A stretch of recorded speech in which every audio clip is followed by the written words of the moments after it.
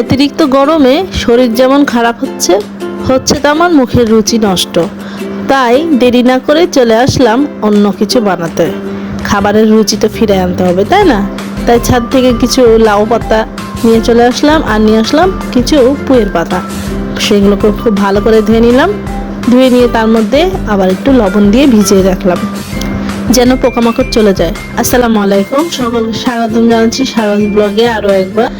তো এই রান্নাটা করার জন্য প্রথমেই লাগবে কয়েকটা লাউয়ের পাতা, আদা বাটা, রসুন বাটা, লবণ, কাঁচামরিচ কুচানো, হলুদের গুঁড়া, মরিচের গুঁড়া, আর কিছু পেঁয়াজ কুচানো, সেটা ইচ্ছা মতো নিতে পারেন। আর লাগবে ডাল বাটা। তো ডালটা আমি মসুরের ডাল আর দিয়েছি এর মাঝে একটু খেসারির ডাল একসাথে বেটে নিয়েছি। আর যে পুঁইয়ের পাতাটা নিয়ে আসলাম সেটা খুব সুন্দর করে কুচিয়ে দিয়েছি। এগুলোকে এখন একসাথে খুব ভালো করে মেখে নিব।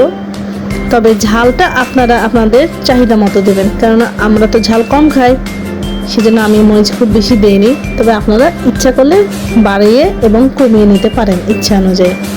তো আমি খুব ভালো করে মেখে নিব। মেখে নিয়ে একটা একটা করে লাউ পাতা বিছিয়ে নিব আর একটা প্লেটে বা হাতের উপর। তারপরে খুব সুন্দর করে ভেতরে এই ডাল বাটাটা, ওই মিশ্রণটা আমি মেখে নেব। তারপর পান যেমন করে আমরা পানের খিলি তৈরি করি সেরকম করে চেষ্টা করব। হয়তোবা আমার শেপ দেওয়াটা অতটা সুন্দর হচ্ছে না, আপনারা আপনাদের মনের মতো করে দিয়েন। আমি একটা একটা করে সবগুলো এভাবে বানিয়ে নিলাম।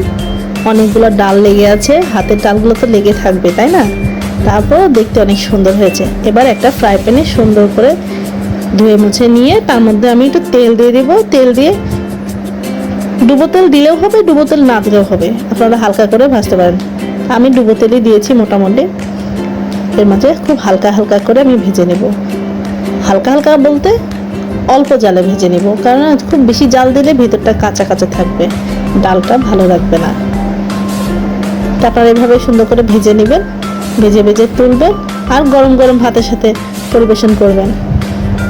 সুন্দর না?